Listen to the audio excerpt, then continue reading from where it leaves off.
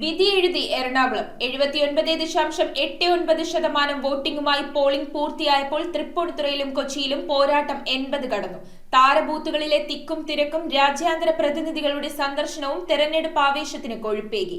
കൊച്ചിയിലെ ബൂത്തുകളിൽ നടന്ന കള്ളവോട്ട് ശ്രമങ്ങൾ വോട്ടർമാരുടെ ആവേശം കെടുത്തിയെങ്കിലും ഇനി വരുന്ന 3 ആഴ്ചക്കാലം കണക്കുകൂട്ടലുകളുടെയും നെഞ്ചിടിപ്പിന്റെയും നാളുകളാണ്. വോട്ടുകളെല്ലാം പെട്ടിയിലായി, പെട്ടികൾ ഭദ്രമായി സുരക്ഷിത കേന്ദ്രങ്ങളിലുമായി. ഇനി കണക്കുകൂട്ടലിന്റെയും കിഴിക്കലിന്റെയും 3 ആഴ്ചക്കാലം. എറണാകുളം ജില്ലയിലെ അവസാന വോട്ടിംഗ് നില 79.89%. വാശിയേറിയ മത്സരങ്ങൾ നടന്ന തൃപ്പൂണിത്തുറ, കൊച്ചി തുടങ്ങി ചില മണ്ഡലങ്ങളിലെ പോളിംഗ് നില 80-ന് മുകളിലായിരുന്നു. തുടക്കത്തിലെ നീണ്ട നിരയോടെ തുടങ്ങിയ വോട്ടിംഗ് നില ഉച്ചയ്ക്ക് 12-ന് മുൻപ് തന്നെ 50%-ലെത്തി. കള്ളവോട്ടുകൾ തടയാൻ സാങ്കേതിക മികവുകൾ സജ്ജമാക്കിയിട്ടും കൊച്ചിയിൽ കള്ളവോട്ടുകളും അതിനുള്ള ശ്രമങ്ങളും നടന്നു. യഥാർത്ഥ വോട്ടർമാർക്ക് പിന്നീട് ടെൻഡർ വോട്ടുകൾ നൽകാനും അനുവദിച്ചു. മുഖ്യമന്ത്രി പിണറായി വിജയൻ, പ്രതിപക്ഷ നേതാവ് V D. Satheesan, BJP. President Rajeev Chandrasekhar, നടന്മാരായ മമ്മൂട്ടി, മോഹൻലാൽ തുടങ്ങിയവർ രാവിലെ തന്നെ അവരവരുടെ ബൂത്തുകളിലെത്തി സമ്മതിദാനാവകാശം രേഖപ്പെടുത്തി. സ്ത്രീ സൗഹൃദ ബൂത്തുകളും ഭിന്നശേഷിക്കാരുടെ ബൂത്തുകളും ഒരുക്കിയത് ഇത്തവണത്തെ പ്രത്യേകതയാണ്. കേരളത്തിലെ തെരഞ്ഞെടുപ്പ് നടപടികൾ വീക്ഷിക്കാൻ